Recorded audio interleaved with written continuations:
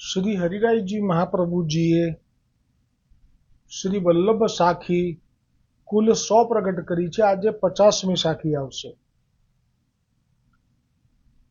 શ્રી વલ્લભ ધીરજ ધરે તે કુંજર મન ભર ખાય, એક ટૂંક કે કારણે શ્વાન બહુત ઘર જાય.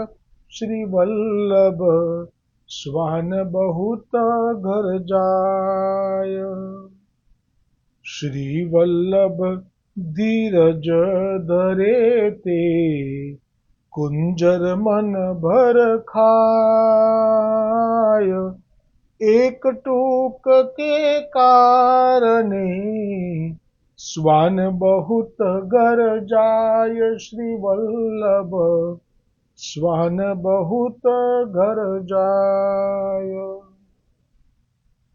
આ સાખીમાં શ્રી હરિરાયજી કહે છે કે કુંજર એટલે હાથી.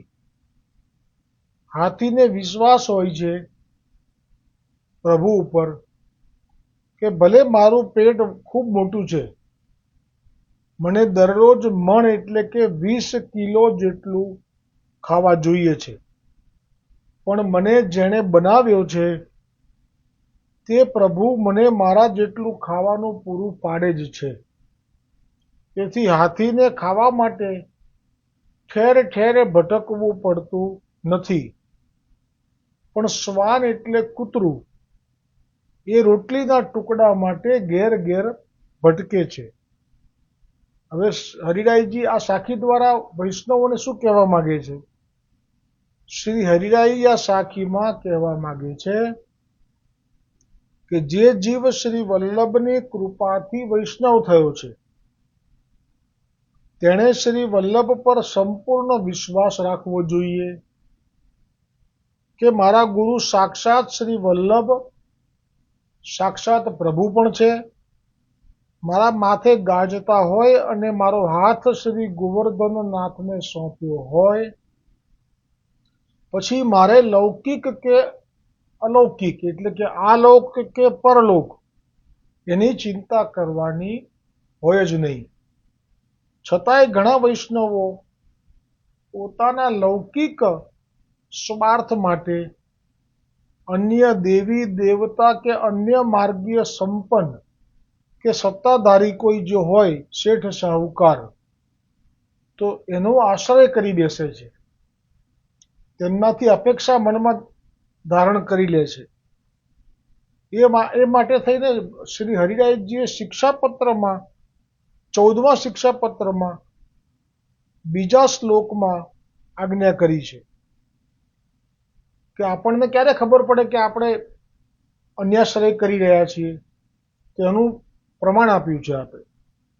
શિક્ષાપત્ર 14 શ્લોક 2 કે જો શ્રી ગુસાઈજી અને શ્રી કૃષ્ણ આપણા પ્રત્યે ઉદાસીનતા બતાવે એવું જો અનુભવવાનું શરૂ થાય, તો સમજી જવું કે આપણાથી જાણતા અજાણતા અન્યાશ્રય થઈ રહ્યો છે. સત્વરે અન્યાશ્રય છોડી દેવો. તેથી તેવા જીવોને સંબોધીને શ્રી હરિરાયજી કહે છે કે એક ટૂંક કે કારણે શ્વાન બહુત ઘર જાય. એ દૈવી જીવો શ્રી વલ્લભનું સ્વરૂપ તથા શ્રી ગોવર્ધનનાથજીનો મહિમા ભૂલી જાય છે. જેવી રીતે પેલો પ્રસંગ છે ને કે જે નિષ્કિંચન પતિ પત્ની ઠાકોરજી શ્રી ગુસાઈજીથી કૃપાથી પુષ્ટ કરાવી સેવા કરી રહેલા, અને એમના પડોશમાં કોઈ જે અન્ય માર્ગીય હતા, એ કુળદેવીના ઉપાસક હતા, ને એમને ઘરે કોઈ ઉત્સવ હશે એટલે પહેલી વખત જ આને જવાનું થયું, આ વૈષ્ણવની સ્ત્રીને. અને એના ઘરમાં જઈને જોયું તો એટલું બધું ઐશ્વર્ય હતું તો અંજાઈ ગઈ. અને એના હૃદયમાં થયું કે આટલું બધું ઐશ્વર્ય, તો પેલી જાણી ગઈ કે આ મારા ઐશ્વર્યથી પ્રભાવિત થઈ ગઈ છે. એટલે આજે એણે બરાબર મમરો મૂકી દીધો કે આ જે અમે કંઈ ભોગવી રહ્યા છીએ એ અમારી કુળદેવીના કૃપાથી ભોગવી રહ્યા છીએ. તમારી પાસે તો કુળદેવી છે નહીં, ને તમારા જે તમે જેની સેવા કરો છો એ તો શ્રી કૃષ્ણ છે. એ તો ભાગવતજીમાં એમ જ કહ્યું છે કે એમની જે સેવા કરે છે એ તો ધીરે ધીરે નિષ્કિંચન કરી નાખે છે. એ બીજી રીતે કીધું, મેં આ ભાગવતજીનો શ્લોક લઈને કીધું, પણ એણે જુદી રીતે કીધું કે એમની સેવામાં કંઈ મળે નહીં, ઉપરથી જાય બધું. આવું નાખી દીધું એમના કાનમાં. તો કે જે મારે પણ તો કુળદેવીની કરવી છે. તો પુષ્ટિ માર્ગના થઈને કુળદેવી ક્યાં આવે? કારણ કે આપણા તો જે છે કુળદેવી સ્વામિનીજી છે, યમુનાજી છે. પણ કે ના, મારે કરવી છે, તો એમણે પોતે આપ્યા કુળદેવીનું સ્વરૂપ. અને પછી જે સ્થિતિ થઈ એ પછી એ વાર્તામાં જ આવશે. પણ ટૂંકમાં એ ટાઈપના જીવ કહેવાય.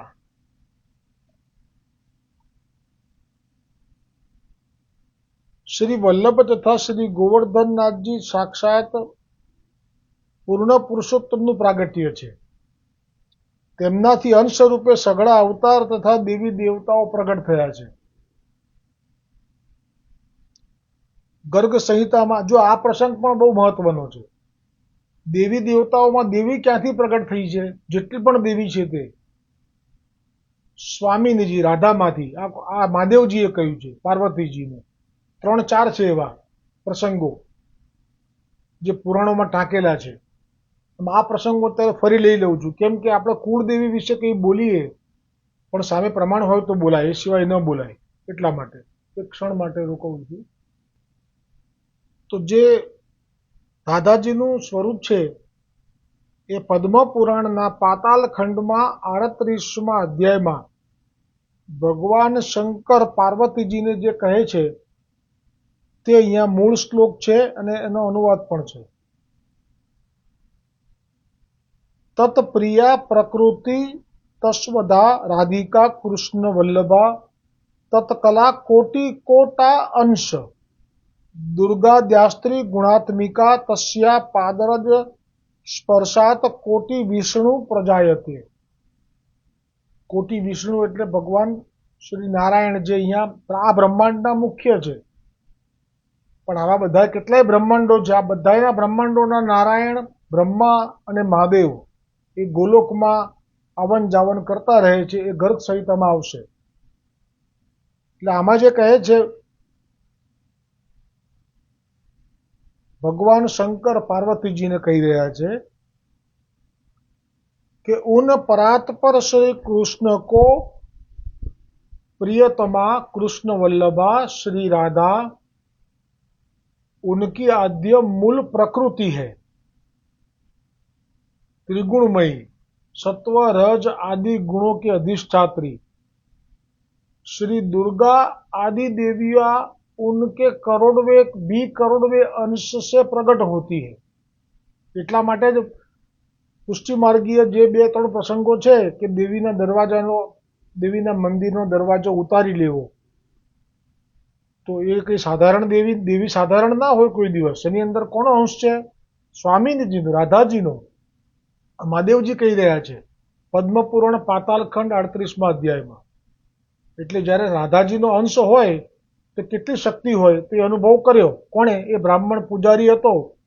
એને થયું કે આ વૈષ્ણવે ઉતારે એક દરવાજો, તો બીજો હું ઉતારું.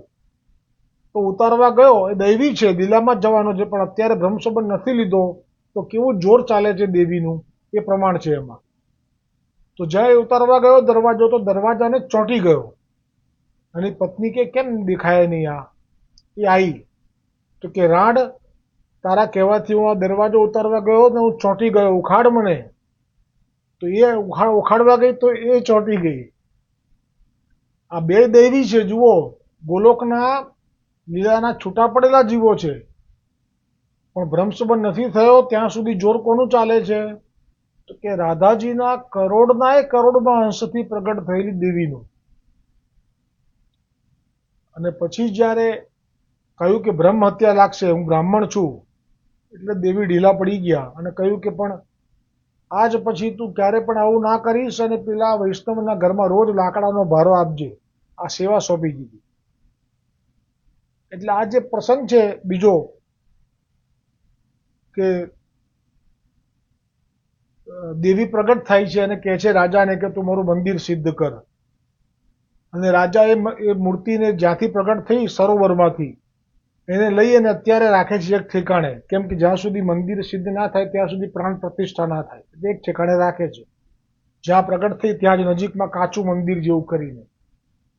અને પછી હવે એ એવું વિચારે છે કે બધા પૈસા હું નહીં આપું, અડધા હું કાઢીશ, અડધા દ્રવ્ય લોકો પાસે ઉઘરાઈશ. તો ઉઘરાવવામાં આ વૈષ્ણવ પાસે એનો માણસ આવ્યો, અને રાજાનો માણસ આવે એટલે જુએ નહીં કે આ કોણ છે કોણ નહીં. એણે તો તુમાખી ભરે અવાજે કહ્યું, આવતીકાલ સુધીમાં આટલા રૂપિયા આપવા પડશે, એમ કહીને જતો રહ્યો. હવે આ બે વૈષ્ણવો તો દીન હતા, પણ પુષ્ટિ માર્ગમાં સિદ્ધાંત છે ઠાકોરજીનું દ્રવ્ય ક્યાંય વિનિયોગ ના થવું જોઈએ. અને ઠાકોરજી પૂર્ણ પુરુષોત્તમ છે. આવું બ્રહ્માંડ છે ને આપણો આજે, એવા બધા બ્રહ્માંડોના પતિ છે. એટલે એમના સેવક ઉપર કોઈનું પણ જોર ના ચાલી શકે. એ પ્રસંગ આ સિદ્ધ થઈ જાય આમાં. અને એ લોકોએ નક્કી કર્યું કે આપણે તો એક કામ કરીએ, આ દેવી છે ને એને જ કૂવામાં પધરાવી દઈએ, કારણ કે એની પાછળ જ આ બધી આપણને જોર જબરજસ્તીના સોદા કર્યા છે. આવું સાહસ કોણ કરી શકે? બીજા કોઈનું પણ ગજું નથી. જોજો પરિણામ શું આવશે. એણે એ વૈષ્ણવે બે ભાઈઓ હતા, એક જણાએ દેવી લીધી અને કૂવામાં નાખી દીધી. ના બજે બાંસ ના બજેગી, ના રહે બાંસ ના બજેગી બાંસુરી, આવો ભાવ. અને આ દેવી તો મેં કહ્યું ને મહાદેવજીએ કે કરોડના કરોડમાં અંશથી સ્વામિનીજીથી પ્રગટ થયેલી છે. પણ સ્વામિનીજીના સેવક થઈને જો કંઈ કરે તો પછી એની પર ક્યાં કશું ચાલે છે. પણ રાજા ઉપર કોપી અને રાજાને કહી દીધું કે તે પેલા વૈષ્ણવ પાસે કેવી રીતે પૈસા ઉઘરાયા, એ તો ગુસાઈજીના સેવક છે અને એણે મને કૂવામાં નાખી દીધી, હવે હું તને ખાઈશ. હવે ખાઈ જાય. રાજાને તો પરસેવો વળી ગયો. રાજા કહે કે એવું ના કરશો, હું અત્યારે એના પૈસા પાછા એને ના પાડી દઉં છું, તમારા પૈસા નથી લેવાના અને આપને હું કૂવામાંથી કાઢું છું. કયો કૂવો? તો કે આ. બસ તો આ વાત છે. કોઈ પણ દેવીને અવહેલના ના કરી શકે ભૂતલ પર, પણ જે દેવી જ્યાંથી પ્રગટ થઈ છે એ રાધા છે, એવું મહાદેવજીએ કહ્યું આમાં પદ્મપુરાણમાં. અને રાધાજી સાક્ષાત મહાપ્રભુજી થઈને પ્રગટ થયા છે અને ગુરુ થઈ ચૂક્યા છે એ વૈષ્ણવના.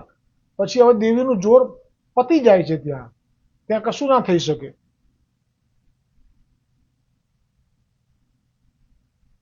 એટલે આ જે સાખી છે એમાં આગળ એક દ્રષ્ટાંત આપતા કહ્યું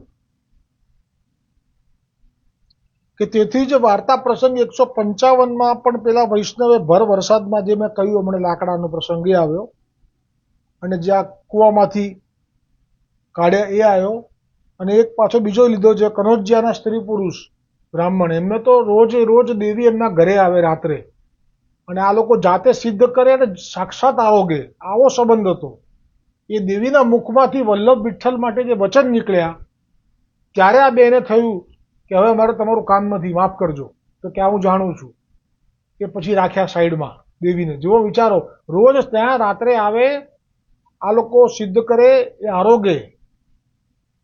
આવો એમનો સંબંધ હતો કનોજિયા સ્ત્રી પુરુષનો. જાગતી જ્યોત પ્રગટ થઈને ઘરે આવતી હતી. જે પછી એક વખત ચાચાજી અને એમના 4 સેવકો મોડી રાત્રિએ આગ્રામાં આવ્યા, એટલે વૈષ્ણવોના ઘરમાં રાત્રે જાય તો વૈષ્ણવોને શ્રમ પડે. આવી સુંદર ભાવનાથી આ કનોજિયા સ્ત્રી પુરુષના ઘરના ચોતરા પર સૂઈ ગયા.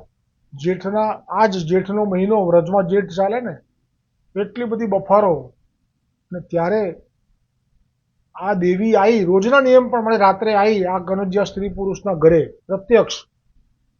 અને એણે દેવીએ પંખો કર્યો, જોયું કે આ તો 5 છે, તો આપનામાંથી બીજા 4 સ્વરૂપ પ્રગટ કર્યા. દેવીનું સામર્થ્ય જુઓ તમે. એટલે 5 દેવીઓ 5 ઉપર પંખાની સેવા કરી આખી રાત. આ લોકોને એમ થયું કે અમારાથી શું અપરાધ થયો કે આ દેવી ના આવ્યા આજે, પણ દેવી તો ચાચાજીની સેવામાં હતા. અને પછી બીજે દિવસે જયારે કહ્યું કે કેમ ના આવ્યા કાલે, તો કહ્યું કે તમારે ત્યાં તો સાક્ષાત પૂર્ણ પુરુષોત્તમ ગુસાઈજી જે પ્રગટ થયા છે, આ એમના સેવક અનન્ય ચાચાજી, અમને લોકોને સેવા ના કરી શકાય, અમે લોકો ભગવાન જ્યારે પ્રગટ થાય, કોઈ પણ અવતાર લે તો અમે એમની સેવા ના કરી શકીએ, કારણ કે અમારે દેવીનું પદ મળ્યા પછી અમારા કાંડા કપાઈ જાય. આ ઇન્દ્ર સેવા કરવા માંગે, શ્રી કૃષ્ણની ના કરી શકે, દેવી દેવતાઓનો અધિકાર નથી. આવું જ્ઞાન આપણને એ વાર્તામાંથી મળે છે. અને એમણે કહ્યું કે આમના સેવક થવાનું વિચારવું એ તો તમારા ભાગ્યની વાત છે. અને પછી એમણે પણ દેવીને મૂક્યા પડતા, પહોંચી ગયા ગુસાઈજી પાસે, ચાચાજી પાસે ગયા. પહેલા પ્રસંગ આવી ગયો છે. હજી પણ 2-4 પ્રસંગો રાખ્યા છે મેં, પણ સમય થયો એટલો તમે વાંચજો ખરા. પોસ્ટ લાંબી છે થોડી, પણ આનંદ મળશે, રસ પ્રગટ થશે. બોલો શ્રી હરિરાયજી મહાપ્રભુજી કી જય હો. આવતીકાલે 51મી સાખી આવશે.